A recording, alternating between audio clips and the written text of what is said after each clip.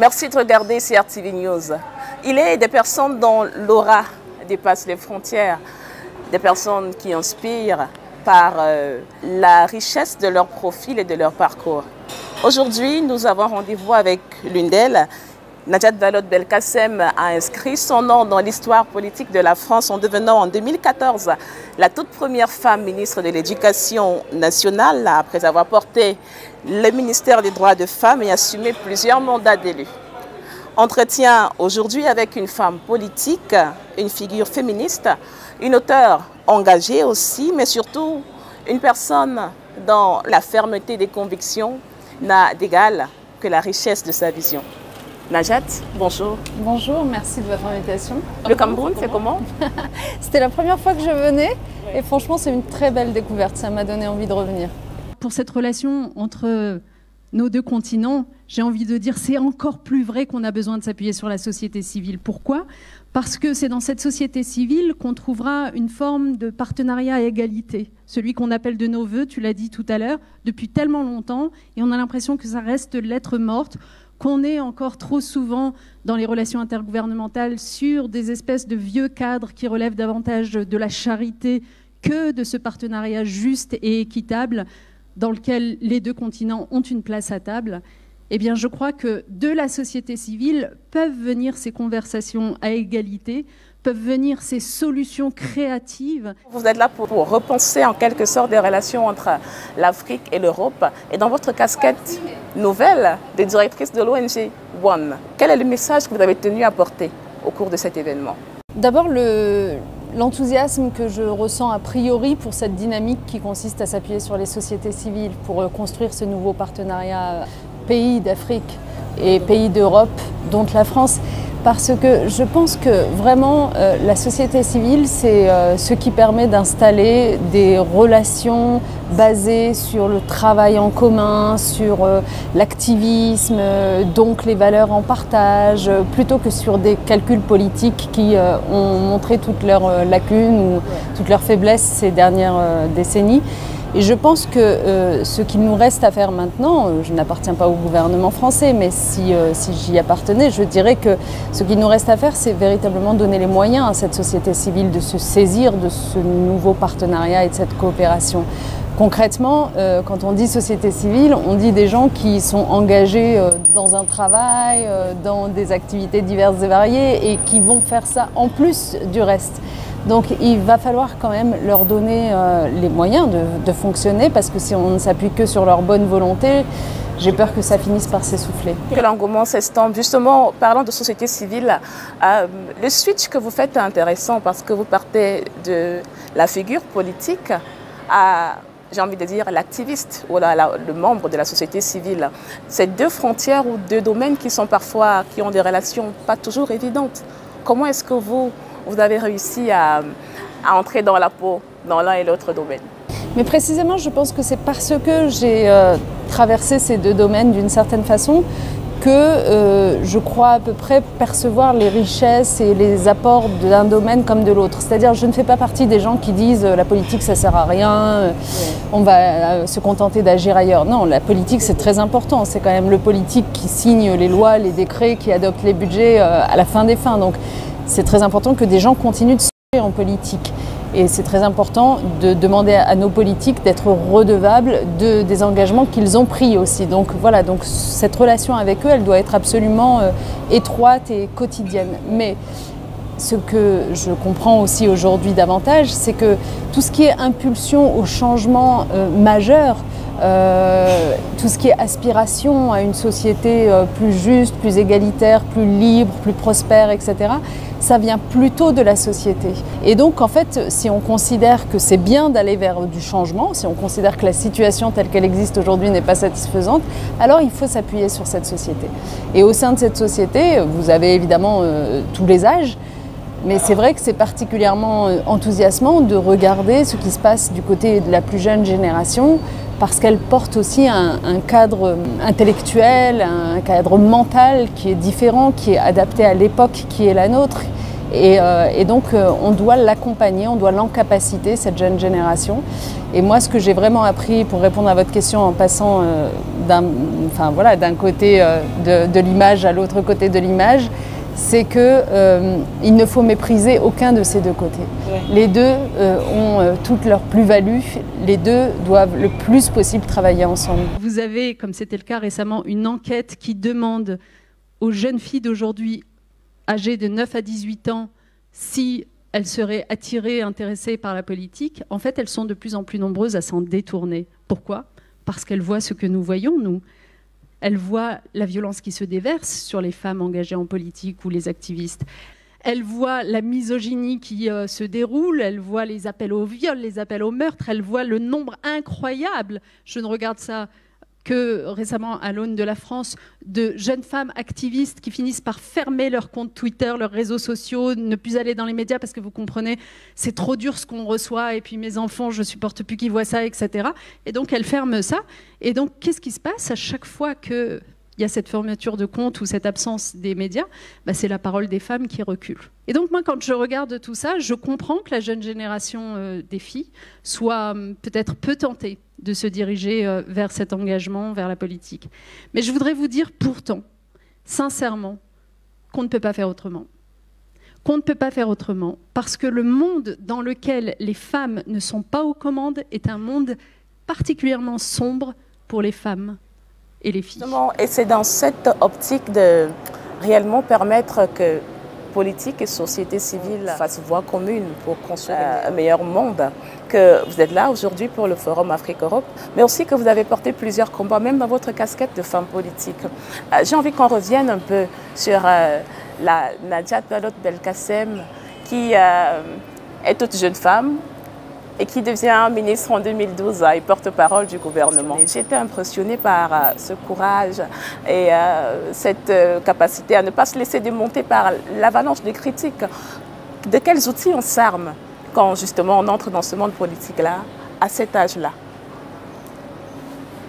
Je pense en effet que c'est pas du tout évident d'abord. Justement, ayant traversé tout ça, je sais que ça sert à rien de se contenter de dire aux jeunes gens qui doutent justement est-ce que je vais être à la hauteur pour rentrer en politique, etc. Ça sert à rien de leur dire non, mais prends-toi en main, tout ira bien. Il vaut mieux en effet discuter posément d'un certain nombre de codes que moi j'ai appris sur le tas, qui ne s'apprennent malheureusement pas dans les livres et qui, j'ai remarqué, se transmettent rarement de l'ancienne génération à la nouvelle génération, ce qui est vraiment dommageable parce que normalement c'est comme ça qu'on apprend, c'est en écoutant aussi ceux qui ont déjà vécu l'expérience avant nous. Donc j'essaye de partager ça de plus en plus. Donc mes conclusions, c'est pour faire de la politique, la question à se poser, c'est pas est-ce que j'ai fait la bonne école, j'ai le bon diplôme, est-ce que je suis la plus compétente ou le plus compétent sur tel sujet, etc. Pas du tout. La question qu'il faut se poser pour faire de la politique, c'est est-ce que j'ai intérieurement une conviction absolument affirmée sur un sujet dont je pense que si on le faisait aller dans tel sens, ça irait mieux pour ma société. Alors quand on dit ma société, ça peut être à l'échelle de mon quartier, de mon université, de ma ville, de mon pays ou du monde.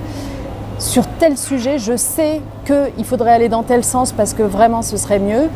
Ou alors j'ai peur que si on va dans tel sens, les choses aillent terriblement mal. Alors ça veut dire que vous avez une conviction qui est clairement ancrée en vous et donc que vous êtes fait pour faire de la politique. Monsieur le député, la réussite de nos enfants mérite tellement mieux que ces polémiques politiciennes à n'en plus finir. Faire de la politique, ensuite, ça demande d'une certaine façon de porter une parole, de prendre l'espace qui vous est donné pour parler. Et ça, quand vous êtes timide, quand vous êtes souvent une femme avec un complexe d'imposteur, vous vous demandez si vous êtes bien à votre place, etc. Même chose, ce sont des choses qui s'apprennent. Par exemple, moi j'ai appris que dès vos premières réunions, même de partis politiques, etc., avant même d'arriver dans les médias et dans les grands meetings, ce qui est très important, c'est de vous exprimer, même si vous avez l'impression que ce que vous allez avoir à dire a déjà été dit par d'autres, etc. Vous savez, nous les femmes, On n'aime pas être répétitive. En fait, on est efficace. Hein, on est bien d'accord, on cherche l'efficacité. Donc moi, très souvent, j'ai assisté à des réunions politiques où je me disais, ce que j'allais dire a déjà été dit par mon voisin, je ne vais pas le répéter, donc je passais mon tour. Et puis au bout d'un moment, je me suis rendu compte qu'en fait, non. En fait, en politique, il faut vraiment marquer son territoire et que vous marquez votre territoire par la prise de parole. Qu'à vous écouter, les autres s'habitueront à votre voix. Donc par exemple, ça, c'est un code très important qu'on apprend nulle part. Mais il faut prendre la parole. Alors c'est dommage parce que ça rallonge les réunions, mais c'est ainsi, c'est comme ça. Ensuite, l'autre chose, c'est d'écouter votre voix intérieure pour que ce soit bien cette voix qui vous appartient, que vous transmettiez quand vous vous exprimez dans les médias et pas simplement que vous recopiez ce que vous avez vu d'autres faire par une espèce de réassurance. Je pense que ce qui est très important, c'est d'écouter cette petite voix qui parfois vous parle la nuit. Vous voyez, la nuit, vous trouvez mieux les mots que vous cherchiez pour vos discours, etc. Eh bien, c'est en apprenant à connaître cette petite voix que vous savez ensuite l'exprimer publiquement. Puis évidemment, ne pas douter de vous, ne pas douter non plus de vos convictions, même quand vous êtes minoritaire dans les actions, les causes que vous défendez. Un jour, ces causes-là deviennent majoritaires, donc ça prend plus ou moins de temps, mais il vaut mieux être du côté des convictions que du côté de la majorité par confort. Et ça, j'ai des tonnes d'illustrations de mes combats sur ce sujet.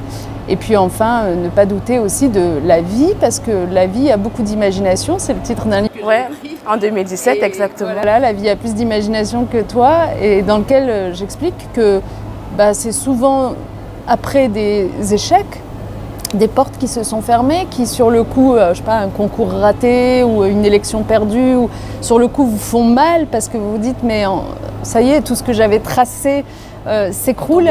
La réalité, c'est qu'une porte qui se ferme, c'est la possibilité donnée à tant d'autres portes de s'ouvrir.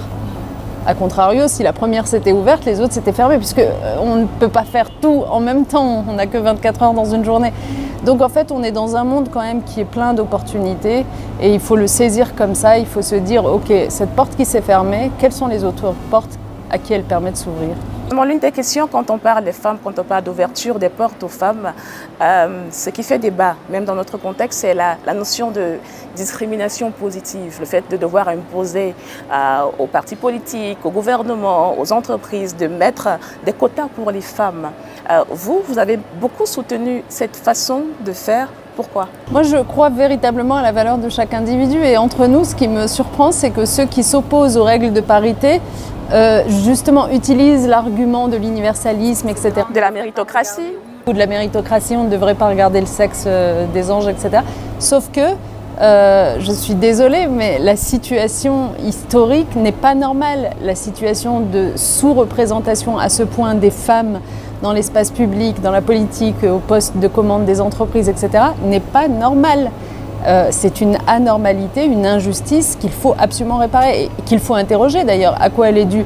Elle est sûrement pas due aux qualités ou aux compétences intrinsèques des femmes. Je viens de vous le dire, je crois sincèrement dans les individus. Tout individu, dès lors qu'il lui est donné d'être éduqué, d'être empoweré, d'être porté, etc., va exprimer évidemment des compétences et des qualités requises pour être un leader un jour. La question, c'est est-ce qu'on a éduqué, empoweré, soutenu, donné confiance à ces femmes ou pas pendant toute cette histoire? La réponse est non, on ne la leur a pas donnée, et donc du coup ça s'est traduit ensuite par leur absence des postes de décision. Eh bien cette situation-là se corrige. Comment on la corrige? On est obligé de la corriger en se donnant des indicateurs. Moi, vous savez, vous faisiez référence à mon passé de politique et à mon présent d'ONG. Dans les deux fonctions, il y a une chose qui m'insupporte, c'est les gens qui prennent des engagements sans indicateurs sur lesquels être ensuite redevable. Je veux dire, si vous me dites « oui, vous avez raison, on va faire la paix dans le monde », mais que vous ne me dites jamais comment vous allez procéder pour le faire. Mais quelle est votre échéance pour y arriver? Votre échéance, et vous savez que c'est souvent le cas dans les COP27, dans les G20, dans les G7, etc. etc.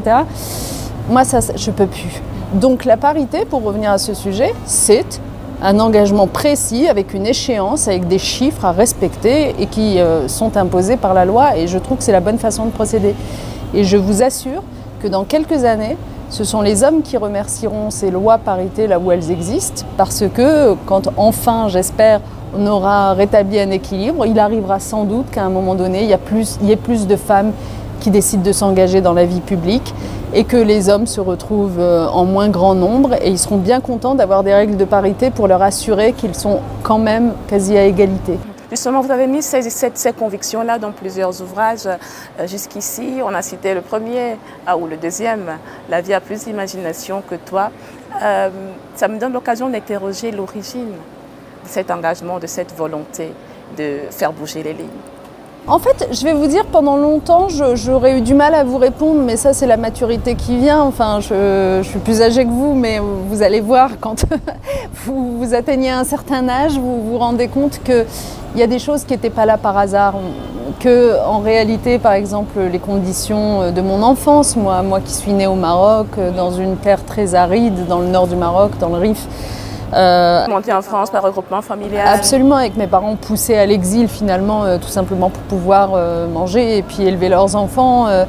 Eh bien, je le disais, je suis un peu une enfant des désordres du monde, d'une certaine façon, une enfant de la migration, une enfant de l'exil, une enfant qui a laissé derrière soi et qui s'en souvient. J'ai été gravée au fer rouge, évidemment, par ce souvenir-là, qui a laissé derrière soi des grands-parents, de la famille, des amis qui, eux, continuaient d'être en souffrance. Et donc, du coup, le fait de s'installer avec mes parents en France, de grandir, d'évoluer grâce à l'école de la République française, quand même dans un cadre où il y a de la mobilité sociale qui existe. Heureusement, on peut monter dans l'échelon social, etc. Ça ne m'a pas pour autant fait oublier que pour d'autres, ça ne s'est pas passé comme ça. Et est-ce que c'est normal que pour d'autres, ça ne se passe pas comme ça? Est-ce que c'est normal qu'il y ait de telles inégalités à l'échelle du monde, mais aussi à l'échelle de la France? Parce qu'au sein de la France aussi, d'une certaine façon, en montant, j'ai découvert des mondes, une forme d'élite aussi, très protégée, des gens qui n'avaient jamais eu à souffrir des fins de mois, etc. Et ça m'a paru absurde que souvent le discours médiatique, le discours politique soit porté essentiellement par ces gens-là.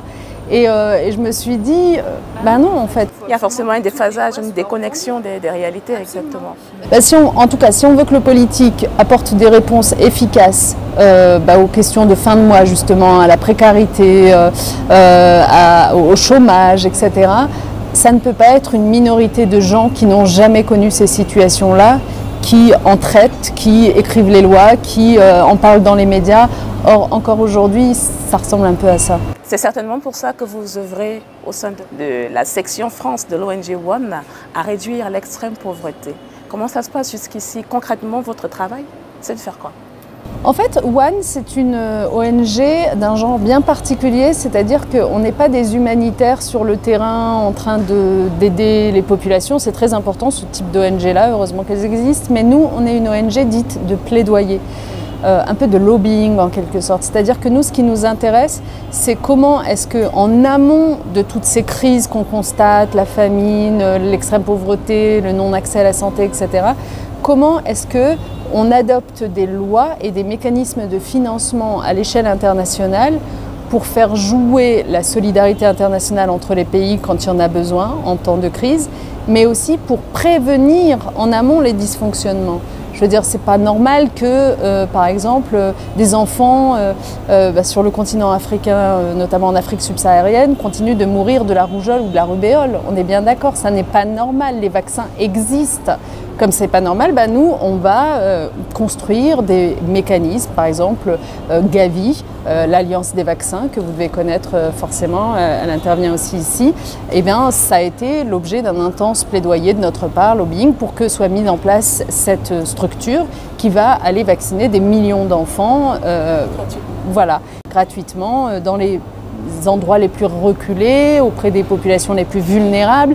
Et en fait, si vous voulez, ce genre de sujet, alors même chose avec le sida, avec la tuberculose, avec le paludisme, beaucoup les questions de santé qui nous intéressent, et puis de manière générale, l'extrême pauvreté, c'est-à-dire comment on sort les gens du fait de vivre avec moins de 2 $ par jour, comment on leur donne véritablement accès à la terre, accès à l'alimentation, accès à l'éducation. On travaille sur tous ces sujets-là qu'on transforme en législation à adopter Ça peut être des législations sur l'aide publique au développement, ça peut être des législations parfois sur les droits des femmes. Au Sénégal, on a beaucoup travaillé pour faire adopter une loi contre les violences faites aux femmes. Donc vraiment, c'est très varié, mais nous, ce qui nous intéresse, c'est la traduction en législation et en protocole de financement internationaux des grands sujets qu'on porte. La lutte contre l'extrême pauvreté, la lutte contre les maladies évitables.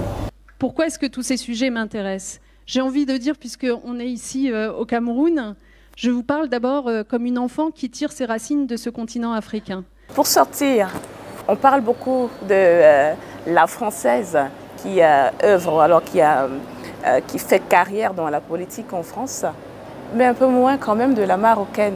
Quel est votre rapport à l'Afrique et à votre pays d'origine? En fait, je crois que c'est Jamel Debbouze qui avait eu cette expression en disant « mais vous savez, moi, le Maroc, qui est aussi son pays d'origine, et la France, c'est un peu comme un père et une mère. » Je veux dire, parce qu'on lui demandait de choisir, il disait « mais je ne peux pas choisir entre un père et une mère. » Bon.